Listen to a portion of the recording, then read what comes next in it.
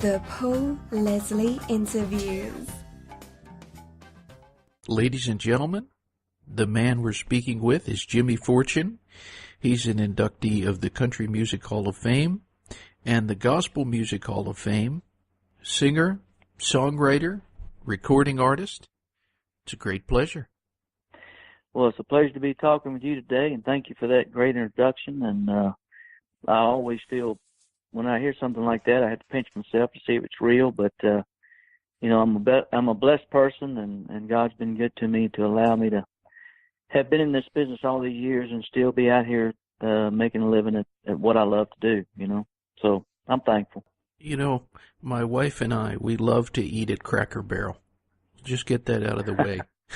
And we were in the Cracker Barrel, and I was looking through their CDs, and I see this album, and it's Jimmy Fortune Sings the Classics.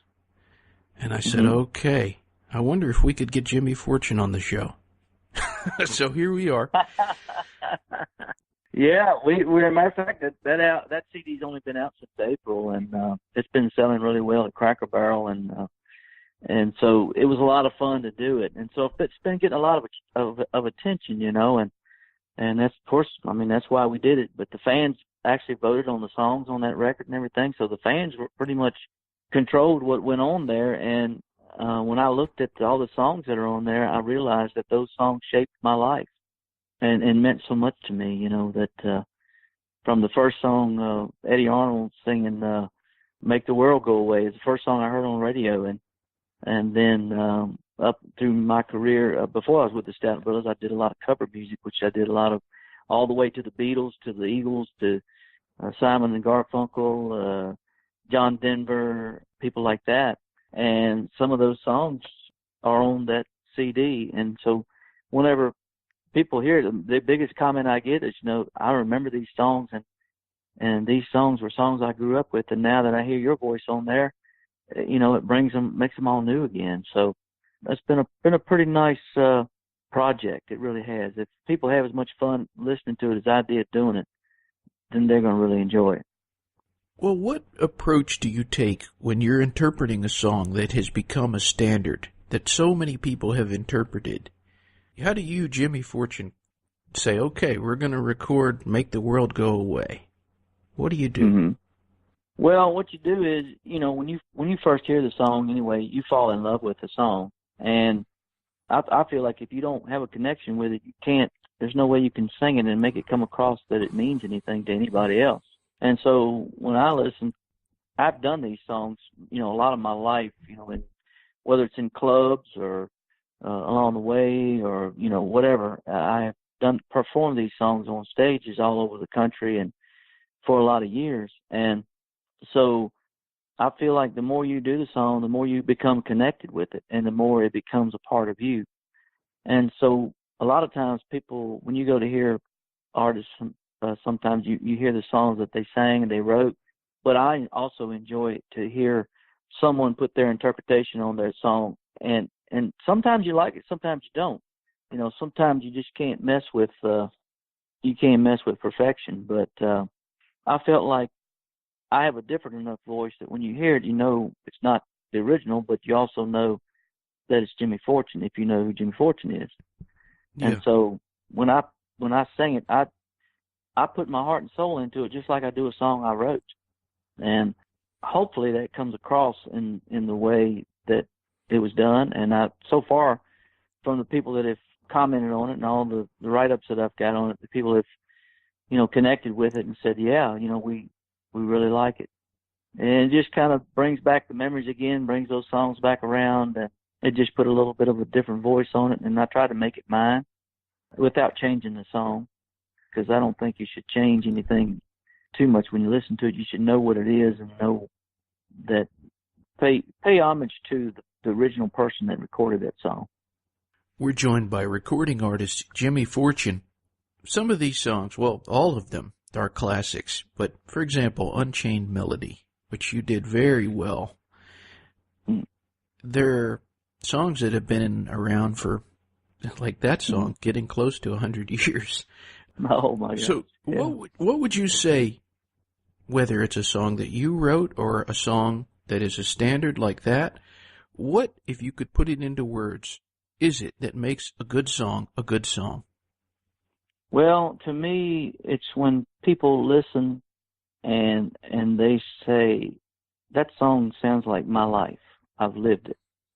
And that, to me, it's the magic about a song. And as being a songwriter, it's like my job as a songwriter is I open myself up spiritually, honest, is to put it any other way. I don't know how to put it. And I like, God, what do you want me to sing about today? What do you want me to write about today? And then I'll maybe listening to somebody tell their story to me about their life, and they'll tell me something, and something will strike a chord, and so I'll say, oh man, that really sounds like a great song. And so I may take that idea and go write a song with it. And to me, it's God's way of communicating with us. And the song, if it's on the radio or it's on a website or something on YouTube or whatever it's on these days, if a person hears that song, I feel like God meant for them to hear it. And it's God's way of communicating and saying, hey, through all of us and through the way we work and the gift that he's given us, when a song can go out and from your pen, and you can write it, your melody, your words, everything, and it can go out on the radio or on a computer or whatever and go around the world and come back to you, and somebody's sitting there in the audience singing it to you. That is one of the most powerful things that you can ever experience in your life. And so if the song's not any good, it's only going to go, to a certain point, and it's going to stop. But a real good song will strike the heart of a person that needs to hear it and that wants to hear it. And that's the magic of a great song. And usually those great ones, like those classics, stand the test of time, which is why I recorded them, because they have stood the test of time and the test of human consumption, so to speak. What an incredible answer. Great. Yeah. One of the songs on this album, Flowers on the Wall, was made famous by the Statler Brothers. What was the biggest thing you learned from your experience with the Statler Brothers? The biggest thing I learned from the Statler Brothers is the fact that you listen to your fans and listen to your fan base. And that's why I stay in touch with my fans, and I sign autographs after every show. And matter of fact, when I put the word out about this CD, I asked the fans, what songs would you want to hear Jimmy Fortune sing? And that's when they, send in their request. And you don't want to go off and leave your fans. And you never want to keep them in the dark about anything. And so I do listen to the fans, and I don't want to do anything that's going to ever isolate them. A lot of the Statler Brother fans have come along with me, and they know that I couldn't stay in one place. You have to keep changing. You have to kind of update yourself and try to keep moving to bring in new fans, as well as try to hold on to the fans that have been there with you all these years. But they have understood that, and I'm sure that just like me, a lot of the fans miss the Statler Brothers. I do too. But they retired 15 years ago, and what we had has been recorded, and it's out there on the albums and CDs and tapes and everything. And that's the only way we have the Statler Brothers anymore. Otherwise, you can't hear them at all. And I get asked a lot, I said, do you think they'll ever come back and do another show at any point? I said, after 15 years, if they haven't done it by now, chances are pretty good that they're not going to do it. But they always told me, I keep in touch with them quite often. They said, if we ever do, you'll be the first ones to know. So I'm still waiting on that moment, but it hasn't happened yet. So, but I learned that you stay true to yourself, try to be yourself and nobody else, and stay true to those fans. And that has been the biggest lesson that I learned from them. And stay positive, and to keep my music's about life. It's about God. It's about my family. It's about my country. To me, it's America. It's what America was built on, and the love of God and our faith in our God and our country, and the love for our families, and I try to keep that living in my music and the stories that I tell in my concerts, the stories about my life, the stories about before the Statler Brothers, and stories about with the Statler Brothers and after now. So and it's a continuation. Part of the magic of coming from the Statler Brothers is something, when they stopped, the music didn't stop. It didn't stop with them because I continued on by continuing to write new music and continue to pay tribute to my brothers in song and continuing to try to do what I do.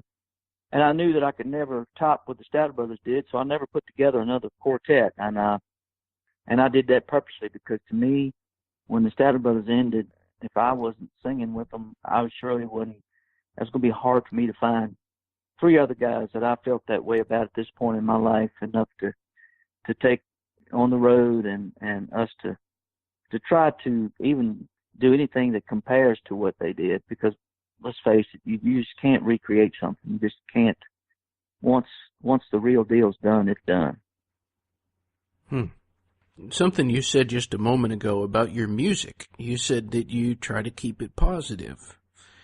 Mm-hmm. I got to tell you, today I've been fighting with my website developer. I haven't been able to get into and edit the website for 3 weeks. And it was really, really frustrating to me. So what do you, Jimmy Fortune, do to keep things positive? First thing I do is get up in the morning and put a smile on my face and thank God for the fact that I'm breathing and that I'm able to do what I love to do. And that right there starts it the right way. That's not to say that a lot of things aren't going to go haywire. And when it does, I just have to stop and take a deep breath and go off and say, hey, the world's going to keep turning whether I'm mad or upset or not. The world's going to keep turning and keep going. And I'm either going to come out of this in a positive way or I'm not going to come out of it at all. Yeah. And then also I have a wife that handles all that stuff, and she takes care of every bit of that, so I don't have to fool with it. So that helps a lot. I kind of get to create songs and write songs and sing my songs, and she takes care of the business end of it, and I can go in there sometimes when she's on that computer. And she's up there, I slamming that mouse down on the table going, what? And I just turn around and walk out. But I know it has to be frustrating. I'm not very technologically savvy. I'm an old school kind of a analog guy. When there was analog age, I understood it and I could deal with it. But with this new technology and everything, it has really got me a little bit. I don't understand how it works. To me, it's impossible. So I kind of hand it to my grandchildren, my phone to my grandchildren, and say, tell me how to do this. And then, my 4-year-old grandchild will hand it back to me and say, here, Pop, it's done. So, You make your home in Nashville. Yeah, I've been here for 13 years now. Mm-hmm. What is it like living in Music City? Well, it's if you're in the music business, to me, it's where you need to be, because some of the best writers, the best singers, the best musicians in the whole wide world are in this town. And it's like a funnel. I mean, they're coming here by the droves. Young, old, you name it, they're coming here. And a lot of these young kids that are coming to town has so much talent, and they're so good that it just absolutely blows my mind. And not only that, but some of the older ones that have been here for a long time, some of them are just multi-talented. And I heard a guy last night, I was at a restaurant down over here on the lake, and there was a guy standing on stage, had a guitar, and he was had shorts on and had some tennis shoes on and an old shirt. And I'm sitting there listening, and all of a sudden he starts singing, and it's as good or better than anything I've ever heard in my life. And I'm going, what in the world? I mean, and literally somebody that is a no name that nobody knows, and I talked to him, and I'm like, what? How in the where'd you come from? And he comes from. He said, "Oh, I've been around here all my life. I just love music. I just listen to it and I play it." And I mean, it was unbelievable. And I go, how do people like that slip through the cracks and you don't ever hear about them? And then I see, somebody like myself that I don't have near the talent he's got. And here I am in a Hall of Fame, Country Music and Gospel Hall of Fame, and people know who I am, and I'm going, how did that happen? I'm really, it's kind of a strange thing, but there's so much talent out there, and I try to tell people about them and give them encouragement and everything, and just let them know how good. Matter of fact, I take some of these people I hear on the road with me. I'll take them out and I'll actually showcase them in my shows. There's some of these new artists that are coming into town, and try to push them and try to mentor them, and hopefully one of these days that they will remember that I did try to help them. And a lot of these guys and gals that I take on the road with me, they turn up. You never know where you're going to see them. Like the last girl that was with me for 5 years, Sydney Perry, she's out on the road with Carrie Underwood now. Another guy that I have out with me quite a bit, he's out with Alan Jackson. Another guy that I've had is out with Craig Morgan, and then another guy that used to play bass for me, he's out with Garth Brooks now. And you never know where you're going to see them and where you're going to send them off to, and so hopefully I'll have some positive influence on these young kids that are coming into town. And God has put so many of them in my life, and I think it's for a reason. And so I try to be a positive influence to them and help them, if I can. On your Facebook page, there's a picture of you with the singer T. Graham Brown. Mm-hmm. And he's a friend of ours, and he did that album not too long ago, and you were a guest vocalist on there. Tell us about Mr. Brown. How would you define T. Graham Brown?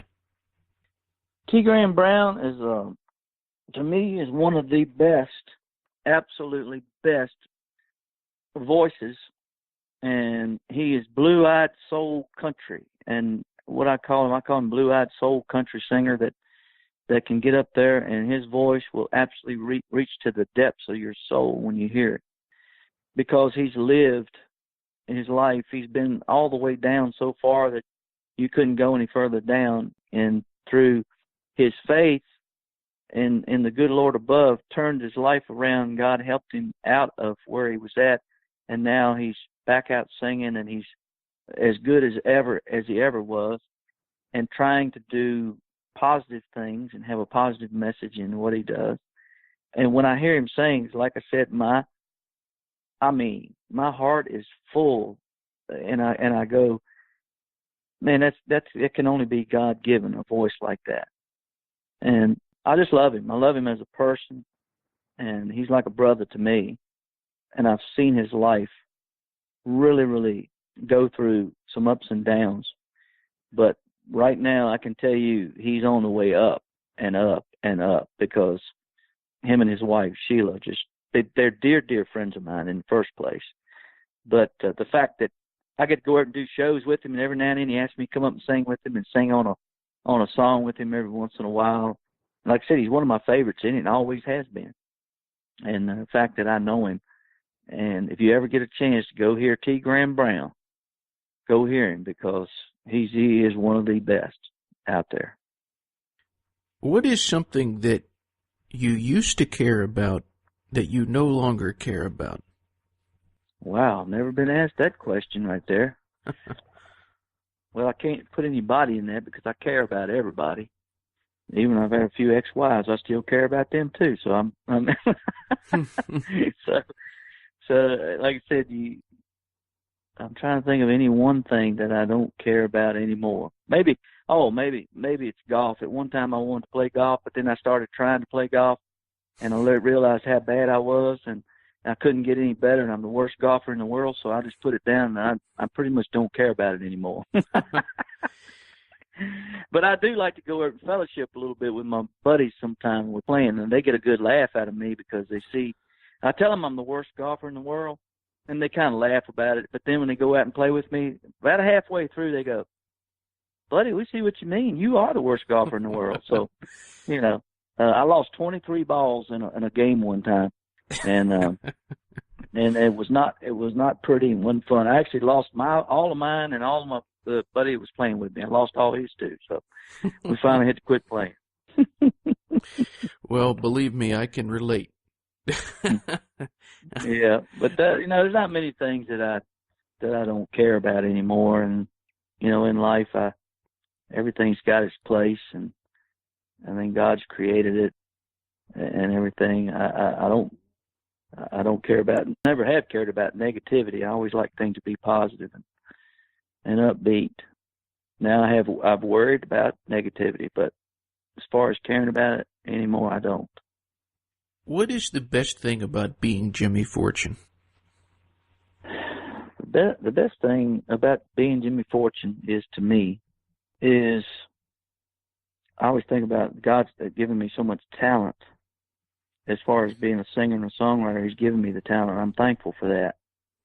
But the biggest talent that I have, to me, and the biggest gift that is in my life is my love, real, genuine love for people.